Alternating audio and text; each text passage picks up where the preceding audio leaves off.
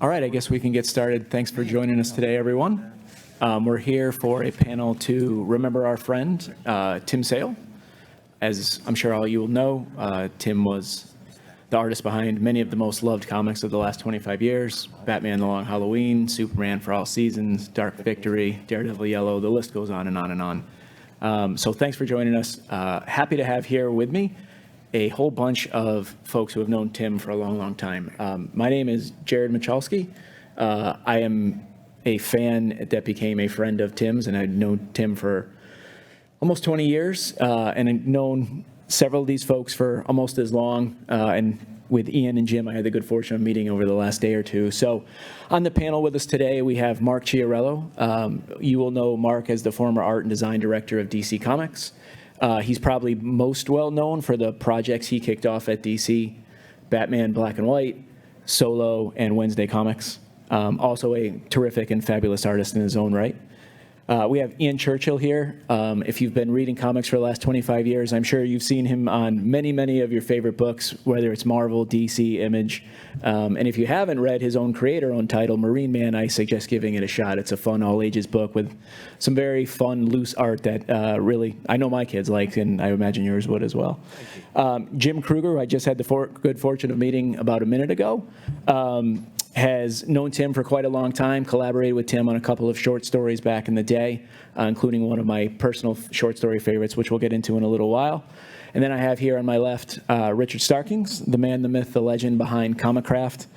He's probably lettered most of your favorite comics of the last 25 years, and is also the creator of Elephant Man, and a long-running book that's, been a couple publishers now, right, Richard?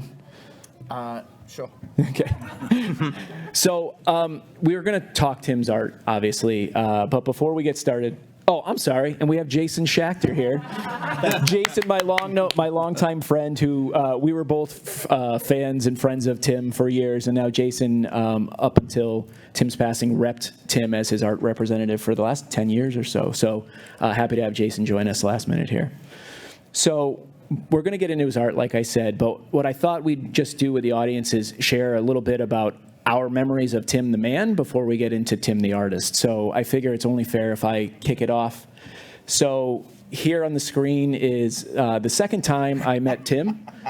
I look at this picture and I think, man, it was really nice to have hair. That was a long, long time ago.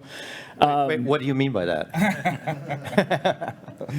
It's long gone. But this was in Boston in 2005, and for those who may or may not know, Tim had a message board in the early aughts that Richard hosted on the Comicraft site. Some of our friends moderated, and it became a bit of a community, and we all became friends with Tim.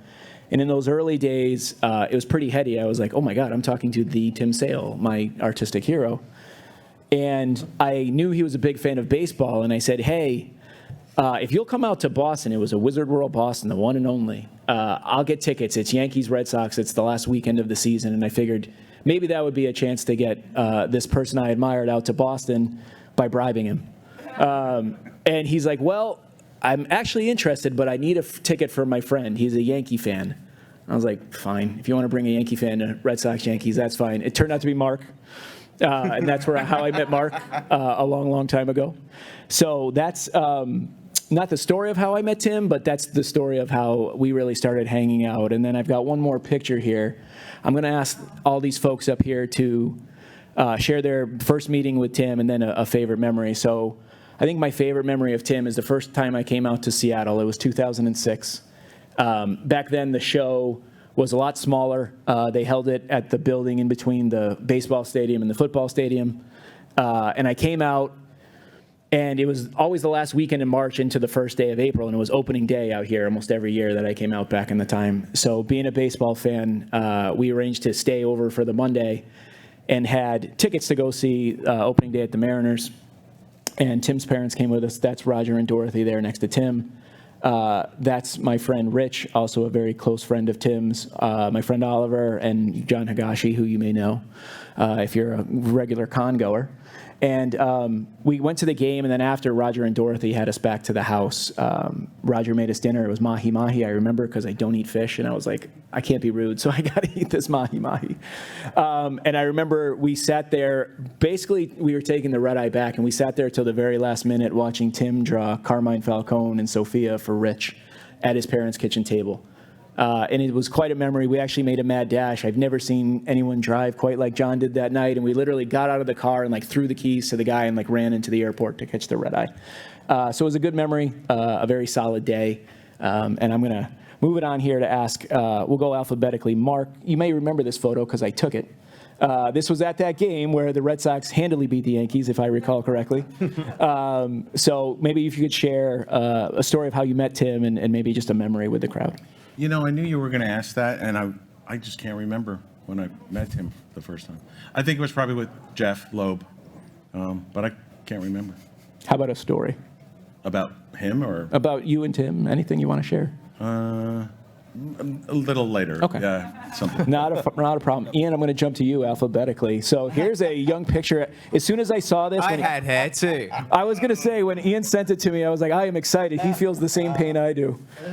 So Ian, maybe how you met Tim and a story or two. I think it's fair to say that I wouldn't have met Tim if I hadn't been introduced to him by Jeff Lowe, because I think at the time, me and Tim were the two people that had worked the most with Jeff. And we had the good fortune of both being invited to Malibu in about the mid-90s. Jeff used to rent this house on Malibu beachfront. And there was Charles Bronson to the right, I think it was, and Tony Danza to the left. And I remember Tim coming back from the beach after a walk or a run, and he said, I just passed Helen Hunt on the beach. And that was pretty cool. And he thought it was pretty cool as well. So that's pretty much how I met him. And we got on really well. We seemed to gel instantly. And I kind of looked at him like a big brother, really. And he always used to call me little brother when we'd be together, ever since then. And yeah, that's how I met him. And I seem to remember we were driving down the freeway on the way to Malibu, me, Jeff, and Tim. I think me and Tim were in the back. And I was seeing this girl at the time, and I was trying to find some makeup for her that you could only get in America, and also to get some sunglasses, because mine had broken. And we were driving down the freeway, ducking into pharmacies along the way to try and find all this stuff. And then Jeff was driving and on the cell phone at the same time, and kind of veering back and forth in the lanes. And there was this moment when Tim and I kind of locked eyes, and we were kind of half impressed that Jeff could drive at that speed while being on the telephone, and quietly terrified at the same time, And it was just that instant moment, and that's a memory that sticks in my mind. Thanks, Ian. I'm going to jump to Jim. When I asked Jim to send me a photo, he couldn't find one of him and Tim, so I went and I pulled these. If you're not familiar with this story, it was a Matrix story of all things, around the time of the original Matrix. It's called Farewell Performance. I grew up actually doing a book report on Houdini in the 4th grade, and I became kind of obsessed with escapology. So when you mix escape artists, Tim Sale, and the Matrix all into one, it's a pretty freaking awesome thing. And I figured I'd put these up there because this is one example of how Jim kind of got to collaborate with Tim. And Jim, I'll kick it to you. Any memories of how you met Tim and good stories to share? Yeah, I probably have 2 of them, but I should say I don't know what it is about this con because I'm telling my most embarrassing stories here. like I did a thing the other day about the most grievous thing I ever did as a young writer to Todd McFarlane, and how it took me 40 years took me 40 years before there was even an opportunity to be like, what was I thinking? I'm so sorry. I'm so embarrassed. So this one was, I had my first job for Marvel, and I was going to get to do this little 10-page Nightcrawler story, and I didn't want any of the normal ways of Marvel, the normal artists. So I call up Matt Wagner. I go on and on about how much I appreciated his work on Mage and appreciated his work on what's the other? Grendel. What's that? Grendel. Yeah, Grendel. And what a fan I was and stuff like that. And he was like, oh, thank you so much. And I was like, I got my first story that I'm going to get to do with Marvel based on Nightcrawler and blah, blah, blah, blah. And he's like, oh, I haven't really done anything for Marvel as of yet. And then I was like, can I get Tim Sale's number? I'm such an idiot. I'm such an idiot. But that was how I met Tim Sale. And then I called Tim to set up that story. And wow, feel free to call me for other people's numbers. Karma,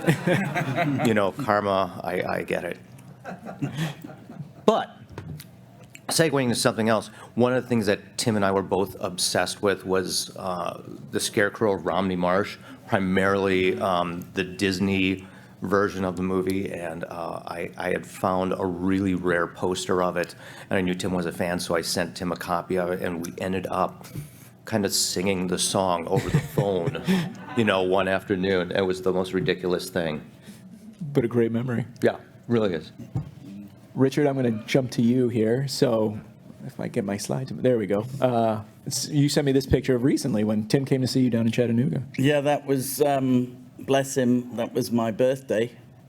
And he came, my wife was on a training course in Costa Rica, and Tim came to see me on my birthday. And every night, so where do you want to eat? He said, tacos. And we went 4 times to Mojo Burritos in Chattanooga because he said he couldn't get good Mexican food in his neighborhood. So, so that was not the last time I saw him, but one of the last times. But so when did you do that Nightcrawler story? Was that pre? That was like right at the beginning. Yeah, because of I my liked it. career. Oh yeah, you did. Yeah, so that's amazing. the first time I worked with Tim. But and I So met. that story, just so you know, is an Excalibur 75. It's the backup to. Oh, that's right. Yeah. Okay. Because it was. Yeah. I was lettering Excalibur at the time. So, like Ian, I met Tim through Jeff. Jeff was engineering it so that we would letter Long Hallowe'en, and we spoke on the phone sometime to talk about how the lettering would look, and we argued over whether Artie Simic was better than Sam Rosen. And we created a font in the style of Sam Rosen for the first Long Hallowe'en. But I didn't really get to know him till we were about halfway through, so I know Susan won't mind me telling this story. The first issue of Long Hallowe'en is dedicated to Amy. The last issue is dedicated to Jane. So what happened in between? Well, there was an issue featuring the Riddler, and we were pasting up the lettering because those books, had to be turned around lickety-split, and those were the days when the lettering we did it digitally, but we printed it out and pasted it to the board. And there's a splash page with the Riddler standing against a wall, and the wall is cracked and spider webby. Bullet holes. Bullet holes.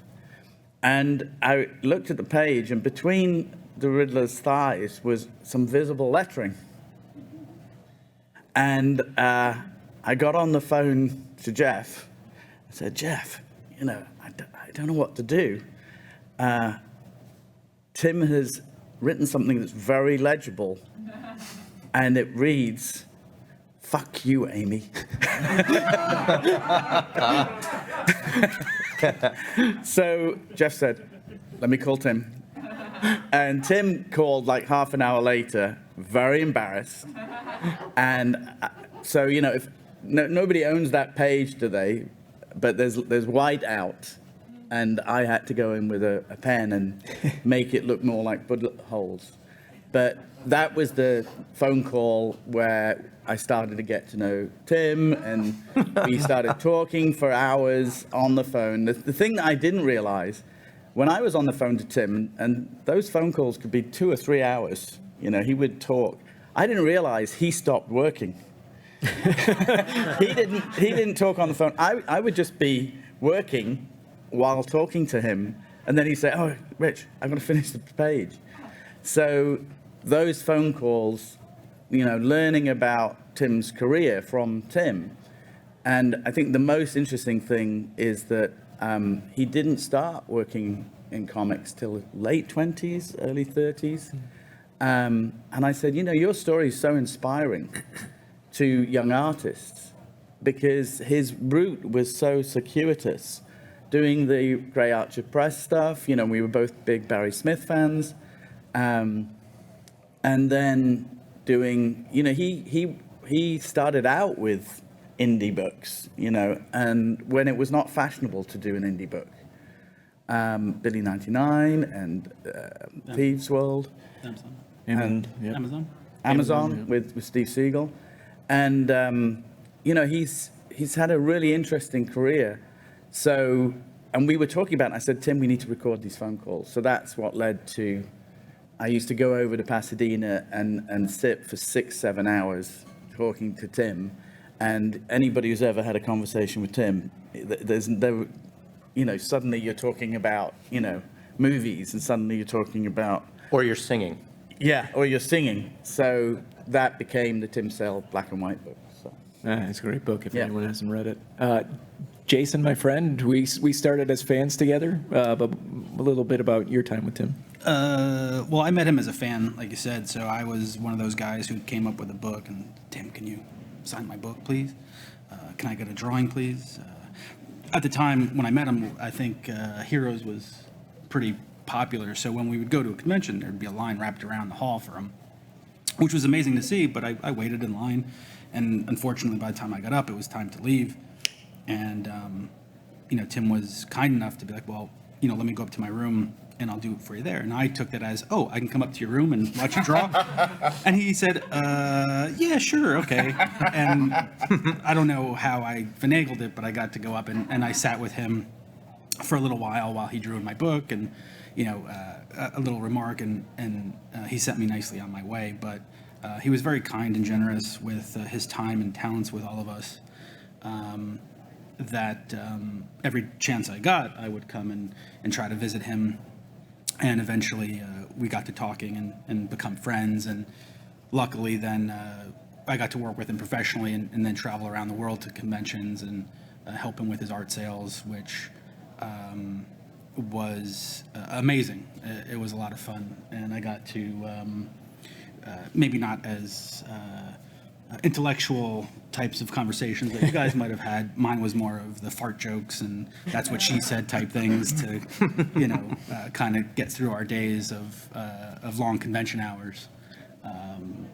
But at every point, he was always very kind, and that was the one thing I took away, how patient he could be with all of us who keep asking him consistently for things that took him a great deal of time and effort to do. But to us, it just seemed like, okay, yeah, and a beautiful painting came out, and we were ecstatic to get anything from him, much less the time he took for us to explain his art or why he liked a page or a panel or an artist or whatever it was. It was it was always very interesting to chat with him and to just sit with him and talk about whatever it is, not just art, but film or movies or girls in my case or whatever. Yeah, that's...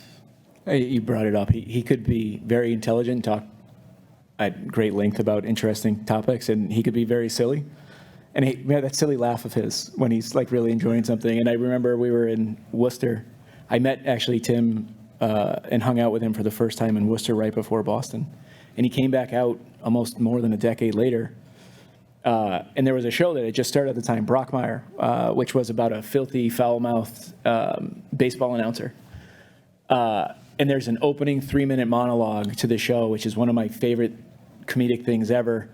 And we were just reciting it and giggling like little kids for a good 2 hours, which is way too long to be doing it for a 3-minute monologue, but he could be just as silly. So maybe, Ian, I'll start with you, and up on the screen here, if I can get it, Richard talked about it. He had a very varied career. So up that top there, you'll see a lot of projects that you may not be familiar with, you may not have read. They're not what people think of when they think of Tim. But his art and his storytelling was always evolving, and he was learning at every step. So I highly recommend trying to track some of these down and read some of the ones you have and then rereading those that you have. And this is certainly by no means everything he's done. There are short stories like the ones he did with Jim and all kinds of different little pieces he did. I remember in the post 9/11 world, they did a tribute book. He just did a one-page, two-panel piece where it was a kid going into a phone booth like Superman, and when he came out, it had an FDNY shirt on it, which I still remember to this day. But maybe But what you don't remember is the kid had FDNY on his shirt, but Tim wrote FND. I had to like You go had to in and transpose it. Photoshop it. He got it totally wrong. so. I'll start maybe with Ian and ask you what's your favorite Tim project and why. And I'll just tell a little story. We used to do this little exercise when we'd get together with fans of Tim, and just to bust his balls, I would say Wolverine Gambit, and he'd say, "Shut up, you." Because he will be the first to tell you that that was a commercial project that Jeff, in Jeff's marketing mind, said, let me take the two biggest characters at the time and we'll make a boatload of money. And Tim would tell you they did, but it was artistically not so fulfilling.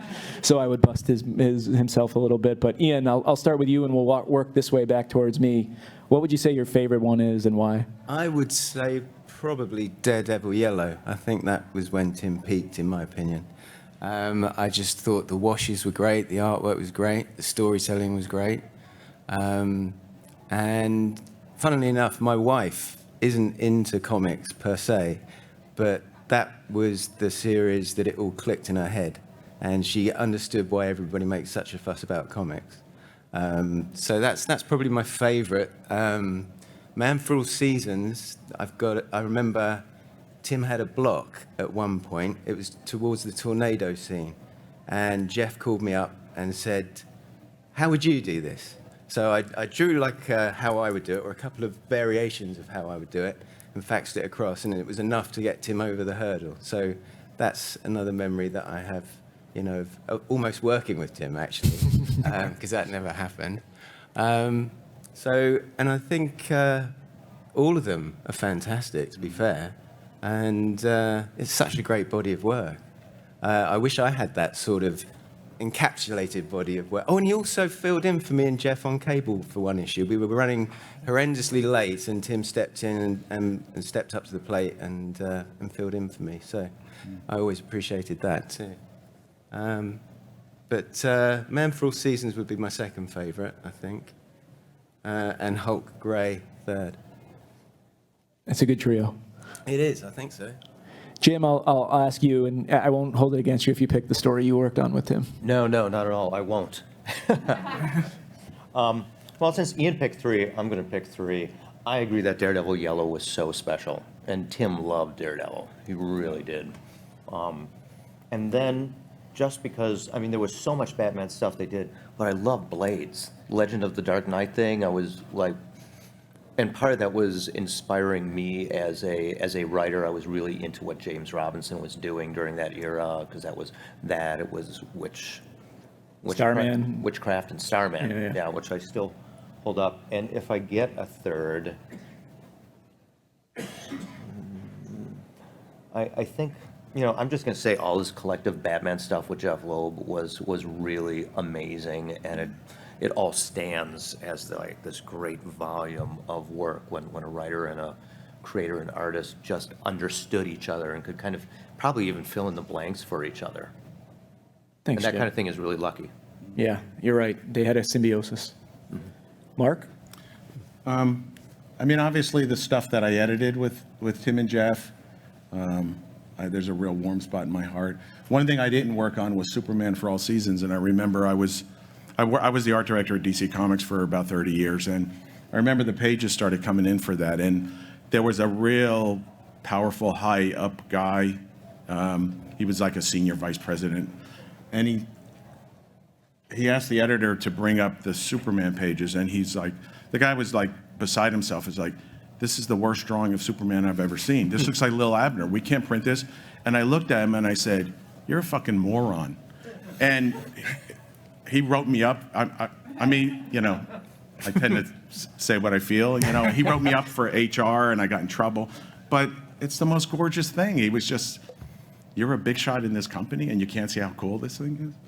But I think for me, Solo was really my favorite that we worked on together. Jason? Probably Long Hallowe'en is probably one of the first books I read from him, and I just love the art. So that kind of drew me to it. And then For All Seasons, those are the two that kind of hit me the most. I don't know if it's nostalgia or what, but obviously all the color books are amazing, and I try to read them every so often just to kind of go back to them because, I don't know, I feel they've got more heart than most other books. And the storylines always just kind of get me, but obviously the art and the writing together just make a powerful package. Combination. Richard? My favorite is Hulk Gray, because I think it's where Tim's sense of humor comes out the most. And there's a page I always used to. There was a panel in one of the Batman books where Catwoman's jumping on the table, and I remember calling him and saying Looney Tunes, and he had that energy of Looney Tunes. And there's a great in Solo, is it in Solo? Solo, yep. Where Catwoman looks like Pepe Le Pew. Yeah. And he loved putting those little nods to, and there is a page in Hulk Gray where he's falling out of the sky. And Toes wiggling. That's the only page. It's not a page from the book. He did 4 panels, and he reduced it to 3. I have the one that he rejected. Mm-hmm. But it's the Hulk falling to the ground, just like Wile E. Coyote. But that's the Hulk story that never was, because you read that and you think, oh, I don't remember the Hulk reading like this, and it doesn't. It's awful. Mm-hmm. But they took all these great elements and they turned Thunderbolt Ross into the real monster, And there was a lot of it was sort of some of Jeff's best writing, but I also have a soft spot for Catwoman, not the story. I don't think it's Jeff's best story, mm-hmm. But I was with Tim at San Diego, and he'd picked up this book of Gruau, and he showed it to me, and he had been wondering what to do for covers for Catwoman, and he showed me the book, and I just said, well, there's your Catwoman covers right there, and I walked off, and I looked back at him, and he was looking at it like this, and they were all inspired by Gruau covers. Just, he just needed to notice that he had already subconsciously picked the look of the covers. But I can't believe you haven't put the Elephant Man story up there. I did say it wasn't complete. In between Superman and Captain America. I did say it wasn't complete. It's for those who don't know what Richard was talking about. There's probably 100 years ago was Rene Gruau was a fashion illustrator that Tim became very enamored with for a period, and it did inspire the Catwoman When in Rome covers. It's interesting that I think he's probably best known for Batman, and nobody up here picked Batman as their number one, which is fascinating. I won't either. Anyone who knows me know that Superman for All Seasons is my all-time favorite comic book. I grew up, I was born in 1979, so I grew up on Christopher Reeve. My son's name is Clark. And most of the time, Superman isn't written in a way that I really resonate with, because it's not about the powers, right? He's the most powerful man on the planet, but he does what's right simply because it's right. And especially in this day and age, I feel like that really resonates, or should, with a lot of folks. And if you look at the first page, it's a pull-in on Superman's heart. And I don't think a lot of people get that from the story or from the page, what they're trying to accomplish. But I actually own that page. I made it a quest, actually, to get as much as I could from the book. I actually, right before Tim passed, managed to reach my goal of owning a quarter of it. And I sent him a text in May, and I never heard back. But I think he knows that I finally reached the goal. But like Jason said, I reread most of these on a regular basis. And even the early stuff is pretty fascinating. Like, I never heard of the Amazon for a long time, and then Dark Horse reprinted it, and it's a story about the environment, and Tim just really was engaged in it, and you could sit and see it. Grendel, Billy 99, you can see him growing as an artist.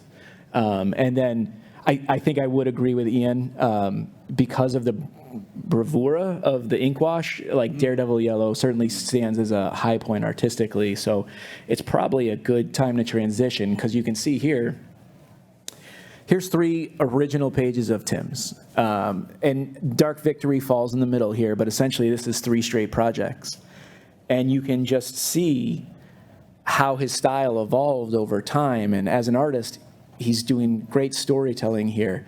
He's got interesting line work that's thin in Superman. He's got heavy blacks, which he was known for at the time, spotting his blacks and using strong positive, negative space. And then look at those bricks on the right. Like, the detail is insane. So he did so many things well as an artist. I'd like to ask this panel, when you look at his work, what did you most respond to, or what did you most admire about Tim as the artist? Richard, maybe we'll go reverse order this time. I do remember that he told me when he started Captain America White that he wished he'd never started doing wash because it's like inking the page twice. But that page of Daredevil Yellow is just, to me, it's the pinnacle of his artwork. It's just so, the storytelling is so good. The 180 turn on the camera there. And the fact that he always asked Jeff to do no more than 3 panels a page, which, when he started talking to me about that at that time, was that before or after Darwin did New Frontier? I think it was right after. Right New after Frontier, New Frontier. yeah. And he said, okay, if Darwin can do it, that's what I want to do. And 3 panels to tell a story as competently as Tim did is amazing, to get it done. There is so much story packed in. That's Daredevil, in Hell's Kitchen, right? So those 2 images, apart from looking like photographs almost, tell so much story because he's telling the story of the environment, which is a character in the book, as much as anything else. But I also think that those 3 pages show why he's a colorist's dream, right? Because Superman for All Seasons was written for the color, drawn for the color, and so much of it came to life, especially the sunset scene in the cornfield, and when I saw that in black and white, I was like, what the hell's going on here? But Tim worked closely with many different colorists, so I don't think you can, well, I would say the humor. I loved it when I saw his sense of humor in the art. Yeah. That's what I would say. Jay? It's funny, the ink wash, whenever you start a project, the newer ones, like, so is it going to be ink washed? And he's like, fuck no, I don't want to do that. Just from what you had said. But I was like, well, this is what the fans like. This is what I like. It's the moneymaker. The art sale of it for me is what I was worried about, for him. So I really enjoyed how masterful he could attain the hue and the tones of everything to accomplish the shadows and the depth of the piece, which I don't think anyone really these days can do as well. So when I see those pages, that's what I get drawn to the most, because I see the draftsmanship and the artistic genius that he has to see that. And even when I would watch him at shows and he would get all his bowls in order and try to understand how he lays everything out, it was like, well, for me, just trying to read Greek, just a different language, but just to see him watch it and do it with basically, I don't want to say no effort, but because there was effort there, but it seemed like he could just create masterpieces with these 3 little bowls and a brush. So I was always mesmerized by how he was able to come to that process. Mark, as an artist, I imagine you see, I was with you earlier today, and you're looking at things other people do that you wish you could do. What is it about Tim that you were like, oh man, that was the thing I wish I had? It's storytelling. He's the best. Timmy and I talked about Alex Toth a lot, one of the great comic book artists, and Eduardo Risso, John Romita Jr., Jose Garcia Lopez. These are masters, and Timmy was as good as every one of them. And that's, to me, that's what comics are all about. Whether you're a writer, an artist, a letterer, a colorist, it's all about telling a story, and he was brilliant at it. Jim? You know what? I'm best known for my collaborations with Alex Ross, who's completely a realistic artist. Like, I just love Tim's abstraction. It felt like a different world, but it felt like my world, and it felt like a world I just always wanted to be in. And because he would only do 3 panels a page, it was almost like that scene in Rosemary's Baby where you don't quite see what's going on, but you see the smoke. It's like I always wanted to look around the corner in any panel that Tim do. Like he was like cinematically, but more than cinematically making choices. And I just loved it. I was enthralled with it. Yeah, well said. Still feel bad about Matt Wagner, but Ian, how about you as an artist? I love his line work, but for me, when he uses the wash, it just comes alive. It brings the whole page to life. And I always admired the fact that he found his own style so early on and stuck to it and wasn't swayed by modern trends or anything. He's very original. I really admired that about him. And the storytelling, like everybody's been saying. And going back to Daredevil Yellow, that was the first time I'd really seen Tim pump lots of detail into his work. And that really stood out for me because it made it different to all his other stuff. And maybe it was a natural progression, maybe it was a conscious thing, I don't know. But that really stood out. Do you have the page with the porch, Maureen Parkent's porch? With the Rockwell homage?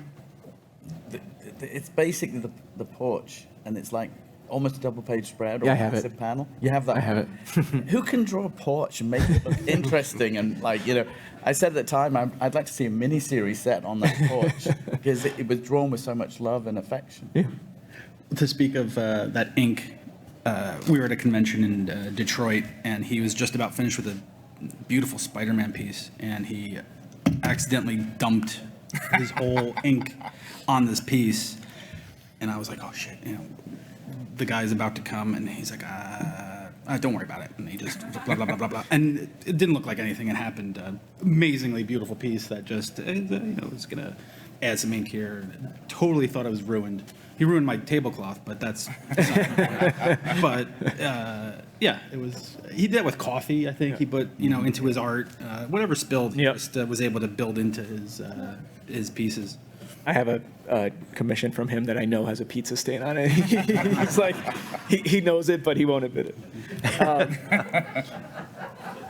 So, it was funny when Ian said he kind of collaborated with Tim by helping him get unstuck on Superman for All Seasons and having that be my favorite book. That's a great story. But for Jim and Mark and Richard, I know finding the right collaborator was something that was very important to Tim, right? He used to want to work with just anyone. He wanted someone who understood his sensibilities, who could do the 3-panel to a page later in his career. And I had countless conversations with him about why he couldn't find another writer that suited him after Jeff. So I just wanted to ask the three of you, and Jim, maybe I'll start with you. What was it like to work with him as a collaborator? the first story I would say is it's so interesting. Like, I feel kind of bad that my first thing at Marvel was with Tim because he deserves so much more.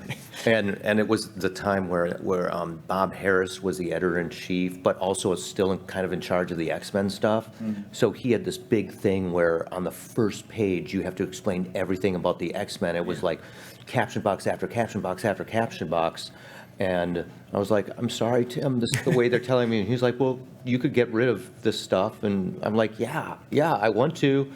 But this is what the editors are saying I have to do. And he's like, okay. So we did it. And then, like, for years later, I would get faxes of how he wanted to reinterpret the first page because of all the caption boxes I had to have, and it just made me go, wow. When he was into when he would do a story, he was always still rethinking it long after it was over, and that's amazing. Absolutely, it's really amazing. So like I'm so glad I got to do the Matrix story with him afterwards or later because it gave me an opportunity to kind of write in the way he wanted scripts written for him. When those were for the web originally, right? Right. Given no one knew what the Matrix was going to be, was it not heavy-handed editorially? It was post the first Matrix movie. Okay. And they had started developing, and they had so many great artists and writers involved in those web comics. I think, in fact, they just put a hardcover out, collecting them all together. Yeah. It's really interesting. Was it not heavily editorially handed, or was it? It was some guys who were former Marvel editors, like like Spencer Lamb. I remember he was the guy really in charge of all the Matrix comics, and he just, he remembered Tim and I working on the Nightcrawler story, and he was like, yeah, I want to see you guys do another one. And so that was it. That's awesome. And Tim was into it, and Tim, Dr. Sin, alias the Scarecrow, we also loved Houdini. That's great. Mark, how about you? As an editor, what was it like to work with Tim? Other than Tim always begging me to color his stuff, which I couldn't do because I was on staff at DC, between us all, I ended up coloring a lot of his Marvel stuff, and nobody knows that. But, the greatest thing was, like, Tim was really a professional, but once in a while he would really slip on deadlines. And I was the editor, and I got to go to press in 2 weeks. I need the rest of that book. So I would call him, and we would talk about everything but that. Oh, Norman Rockwell and Creedence Clearwater Revival, and and I would send him artwork, like JPEGs of, did you ever see this Norman Rockwell piece or this Leyendecker piece? And he'd get jazzed. Oh man, that's great. And he would send me stuff. So after like 2 hours of doing that, he'd go back to drawing because he got jazzed about artwork. That was fun. I mean, that was that crossover between working, being professionals together, but also being really good friends together, which, Yeah. Richard? I was looking at that first slide, and I worked with him on every project after the first Legends of the Dark Knight, after the the stuff that's collected in Haunted Night. So the entire bottom row to me is like all my phone calls with Tim. I don't think of the work because he was the easiest person to work with. Jeff, different story. But Tim never changed his approach to storytelling. It was all about, I don't care if you put the balloon on the back of his head, whereas Jeff's like, off the artwork, So, and we would actually team up against Jeff. If Jeff wanted something, don't anybody tell this to Jeff.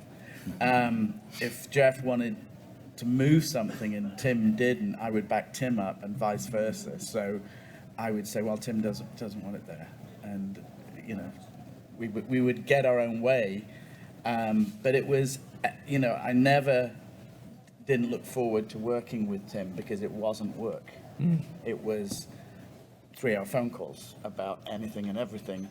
And, oh yeah, we better take a look at this and decide what we're doing. And especially because of the 3 panels a page, that stopped Jeff overwriting, which Tim was always like, does it have to be 3 balloons? Can we get rid of the Oh my middle God, one? it wasn't just me. That's so sweet. Yeah. So to me, it was effortless to work with Tim. So we talked a little bit about Daredevil and how it might be Tim's artistic high point. If it's not, it's Solo. For those of you who might not have read Solo at the time, it was Mark's brainchild, and it was just essentially artists and or writer artists having a complete issue to do what pretty much they wanted, which shockingly DC signed off on. And you can see there's the panel Richard mentioned earlier. Tim loved Chuck Jones, loved Looney Tunes, and that is nothing if not Pepe Le Pew, and the comedy on the bottom of keeping the camera stationary, yet you see the rest of the action kind of going on around it. But there were 6 short stories in the book, and look at the difference that you're seeing in the 6 pieces here. I've told Tim on many occasions, the bottom panel of the middle page on the bottom is one of the most haunting things I've ever seen. It's a story where a person is dying, and their version of hell is being alone in gray. And it is so Tim. It is a small figure in a giant background. He loved contrast. I think that's his best art. For me, that's the job. And he asked me to color it, and I did. And it's a film noir story, so I colored it all black and white. And he goes, "That's brilliant." I'm like, "Yeah," because he did the washes. I put a little blood on her arm or whatever. It was all him, man. It was all him. And like I look at this and like I love the comedy on the top. Like everything was tonally very different. The style that he put on. Like they used an old school, almost like dot pattern when it came to the Supergirl story. They were trying to make it feel like the 60s. And I put the one on the bottom right there for personal reasons, not only because I love the story, but having met Roger and Dorothy, that's them and their love story. And then in the bottom left is the Roger and Dorothy I met when they were older, and that was the house I got to go visit here in Seattle. So whenever I see that page, it brings back really good memories. But Mark, I guess this question is for you. So Solo was a critically received project. I don't remember how it did sales-wise, Pretty but well, yeah, pretty well. you could have had your pick of artists to kind of kick off this book, but what made you go to Tim and your giant Rolodex? Because I'm dumb, but I'm not stupid. I mean, incredibly talented. Fans loved his stuff. Every artist loves his stuff. It was art. It's art and it's commerce. You're going to sell it and you're going to win the awards, and it was an easy pick. When you saw the pages come back, what were you thinking? I was amazed. I mean, like you just said, it's all different styles. Tim was doing a Spider-Man thing. I think I said it was one of the color books, Yep. Spider-Man Blue, Blue. or whatever it was. And he was really late on it. And he would call me and say, "Oh, Marvel's giving me shit because I'm really late." And he went on vacation with his then girlfriend. I forget her name. Not the fabulous. And he went on this vacation in Mexico or something with his woman, and he did drawings of them like walking on the beach, and it looked like 2 or 3 pages of comics, and it was really dark. It was kind of really nice. And he sent me JPEGs of it, and as a joke, I wrote it, I lettered it, like the guy's walking hand in hand with the girl on the beach, and he's thinking, I know I have to kill her because nobody else is going to draw Spider-Man. I have to get this drawn. And he was like, that's funny. And then when he did Solo, he said, let's do that as a story. I didn't know that. Yeah, so he expanded it to like 8 pages or something. And I wrote the story about, I had to figure out what a real story is, not just a joke. So everybody thinks Tim wrote that, but I wrote that. On a personal note, I also obviously love it. It's a Superman-related story. It's called Prom Night. It's the one on the bottom left there, and it's basically for all seasons. And I'm going to butcher his name, Mark. So jump in. It's Jose Villarrubia, who jumped in because Beautiful color. Bjarne Hansen, the original colorist for all seasons, was just unavailable at the time to go ahead and do that. So. It's also a beautiful story. I know at the end they used one of the photographs from the hardcover. Tim had drawn some of like Superman growing up, and the story was based on that photograph, Prom Night, which was Clark giving Lana a corsage with Pete taking a picture in the Smallville General Store. But Ian, I wanted to ask you a question. As someone who became a popular artist in the '90s, of that era, that style, the Image era. Style is so important to an artist as like their hallmark, their calling card. And when you see this and you see someone who's distinctly Tim in every piece, but distinctly different, what goes through your head when you see that as someone who's had to worry about style and creating a fan base and pleasing that fan base? So in a word, jealousy, I would say. Yeah, like I said earlier, he found his own style and played with it, and you can always tell it's Tim because he was so original in his approach to the work. When I was in the 90s, I was encouraged to draw more like Jim Lee, so I did, and it got me work. But Tim stuck to his guns and drew the way he wanted to draw, and wasn't influenced by outside forces, and I do admire that. I wish I'd done more of that, to be fair. Did you feel you had a little of that in you when you did Marine Man? Because it's more cartoony, it's different. Yeah. It was a departure. It's more how I draw normally. It's my instinctual style, let's say. And kind of hanging out with Tim kind of encouraged that to a certain degree. Well, it's interesting you say, because that's your natural style. So you made a conscientious decision for... Yeah, a lot of artists were encouraged to sort of like angle off their styles back in the day. Yeah. They weren't told to, but they were encouraged to because they'd probably get more work. And Tim just found his footing and seemed to go from strength to strength. And very jealous. So we've got about 10 minutes left. I'll open it up, I guess, maybe for a question or two from the audience. But before I do, any final thoughts you want to share before we jump to Q&A? Anyone? Only that he was so nice. Yeah. Like he was nice. Like he was kind. And I feel like that's in short supply. Yeah, he was. And even when he disagreed, he was kind. And he was, he was one of those artists that like Mark and everyone has said, he just liked to talk to you too. And that made you feel good to be in his presence. Yep. All right, we've got a microphone in. I'll stand up and go walk it around. If anyone has any questions, feel free. Who colored the Catwoman story? The Darwin one. Oh man, I forget. I can tell you in a minute. That's gorgeous. Those Yeah, I love it. peach color. I should know, but I forget. Yeah, I can't remember either. I didn't. It wasn't me. Anyone got a question for the panelists about Tim's art? Oh, excellent. So it's been great hearing you guys all tell stories, connecting us deeper with his work, but I'm curious as to whether or not there were any things that you personally wish he had been able to work on with you or with others. He was just about to start the last Halloween. It was, he did 3 pages and pencil. That was it. It was going to be 10 issues, and that would have been, perfect. Yeah. I always wanted him to do a Marine Man cover. And I thought I had all the time in the world, and it turned out I didn't. So that's a regret. He owed me a commission, so. I did this project called Wednesday Comics, which was like these big oversized newspapers, and he was supposed to do the front cover. He and Jeff were going to do Batman for it, and then he couldn't do it at the last minute.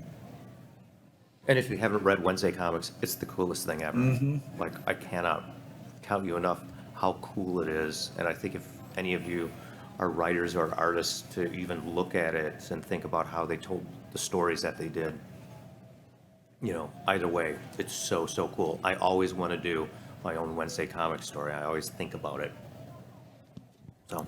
I know the joke was like Silver Surfer Silver or Black Panther Black, right? That's what people wanted to see. But I used to tell Tim, I'd love to see him draw Shazam, just because I thought him and Jeff doing a kid who could become an adult and have that power. I always thought, the lightness of For All Seasons mixed with that kind of thing would make for a great project. But great question. Thanks for asking. Anyone else have a question here? I did have one other answer, and I pitched Tim on this little Batman project, like it was when they were doing their digital first things that became Legends in the Dark. I did the Batman story, or I did the origin of Batman as told from the Cave's perspective. So it was like the Cave is womb, the Cave is mother. When Bruce comes back holding the red bloodied pearls and stuff like that, the Cave was overjoyed that there was no mom or dad to tell him he couldn't live in a cave, he couldn't be a hero, he couldn't be. And I so wanted Tim to do it. Was it ever done? It was done. Tom Rainey drew it. I'll bring it for you, or I'll email Oh, it I'd to love you. to see it. Yeah. Yeah. That sounds cool. Yeah, it turned out amazing. Like it was like the Giving Tree as a Batman story. Oh, it's funny when you. So that reminds me. I remember one time I was actually driving home from work, and ping, my phone goes off, and it's Tim, and he goes, "Oh, I had a conversation with Brian Azzarello last night," and I was like, "You're fucking with me, right?" Because he knew like Brian Azzarello after Jeff was like my guy. I loved 100 Bullets. I loved their Batman work with Eduardo Risso, who's probably my number 2 favorite artist, right behind Tim. And Mark, I can't remember if it was after you left DC, but it was essentially going to be like a Black Label project, which was Black Canary book, but he's like, but there's going to be fucking Batman in it. So like, it was going to be like 48 pages, and I was like, wow. The other one I always said, because Azzarello was from Chicago, I would have loved to see him tell a Gordon story from before he came to Gotham. And I always thought that would be a good idea, but when Jim said that, I was like, oh yeah, I remember Tim telling me about that, and I was so excited, and then it, like many projects, never comes together.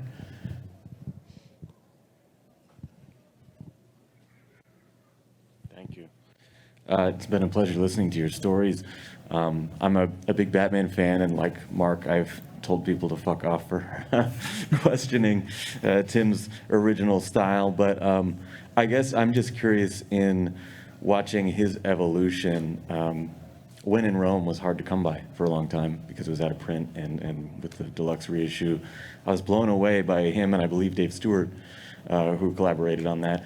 much in the way that you pointed out that Daredevil book up there, it had that sort of texturing to it, and the I don't know. I was just curious, since we didn't really hear much about this book. Does anyone remember that point in his evolution, and remarking on it at the time, or his inner process as he developed that? From those harsh tones of stark black and white to so much more gradients and textures and things like that. I just found it fascinating, especially removing from Gotham and still feeling like Gotham. That Catwoman is Dave Stewart. You've reminded me now. And he loved working with Dave, who is, Mike Mignola's choice colorist. And I think what's interesting is that both Tim and Mike's art evolved in very similar ways, that almost like less is more. And it is interesting that Tim worked with different colorists, and Greg Wright, who colored the first two Batman books, was hurt that he wasn't Tim's, only colorist. But each project he approached, right? Oh, I've seen this guy. Bjarne had colored Peter Snedberg or Something for Vertigo. But no, he'd found it wasn't a Vertigo book. I think it was a Scandinavian. Oh, right. I think he colored something for Teddy Christensen. Yeah, Teddy and that's how- Christensen. Thank that's how you. he Yeah. found it. So when Tim saw something interesting, he wanted to see how it would look, but when he started working with Dave Stewart, Dave is a very sort of intuitive colorist, and even his work with Mike is different to his work with Tim. And I think Catwoman wasn't Wash, right? I think that was like, I'm not doing Wash again. Thank goodness, I don't have to do it. No, he Was watched it. Yeah. Well, but he wanted to work with Dave, I think. So I know that Mark was his first choice, but Dave became his second choice. So that's all I remember at Catwoman. I remember also there was a big gap between issues 3 and 4. I would say, to your point earlier, Richard, about comedy, you really start to see it a lot in that book. Like, there's stuff with Riddler and Catwoman, which is very humorous, like her kicking him off the boat. Yeah. And it's 2-page spread, and he's like, little. I own a page from it, which is one of my favorites because it's vertical, and you don't often see vertical in comics. Yeah. But it's them jumping out a burning window into a pool down below, and she's buck naked with like a towel over her. And it's, in my head, it's not on the page, but I just see a large word balloon that says Geronimo, as they kind of go down.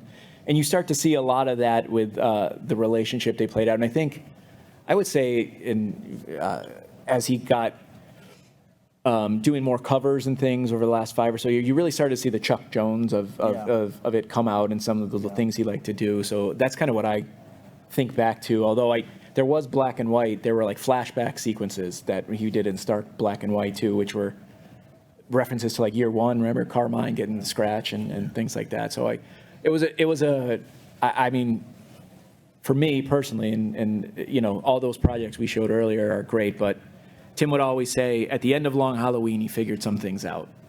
And that carried over and then into Superman, but Dark Victory. You look really from late 97 to about 2005, and the man could do no wrong. It was, a high point, and then, it started to become less we saw Tim's work, but, in that 70, Sandy Koufax, right? Just dominant. Yeah. So we're at about time, so I just wanted to take a moment to say thank you to everyone who attended here today. It's great to be able to share our memories with people who are fans of Tim. Thank you, of course, to my friends and new friends on the panel for getting together and chit-chatting. I will be forever grateful to Tim for bringing me into his little circle and introducing me to these folks. And while he may have passed, the relationships I formed with Tim and because of Tim will last on for a very long time. So ultimately, while I thank you all, I thank this panel, I thank Tim most of all. Oh, actually, and yeah, that's a great reminder. There are some wonderful pins that Jason had created with John Tim, Higashi. that John Higashi created. I apologize, with Tim's signature on it, and we have a bunch of them here for anyone in attendance who would like one. We'll meet you at the door, and you can grab one on your way out. Thanks, everybody.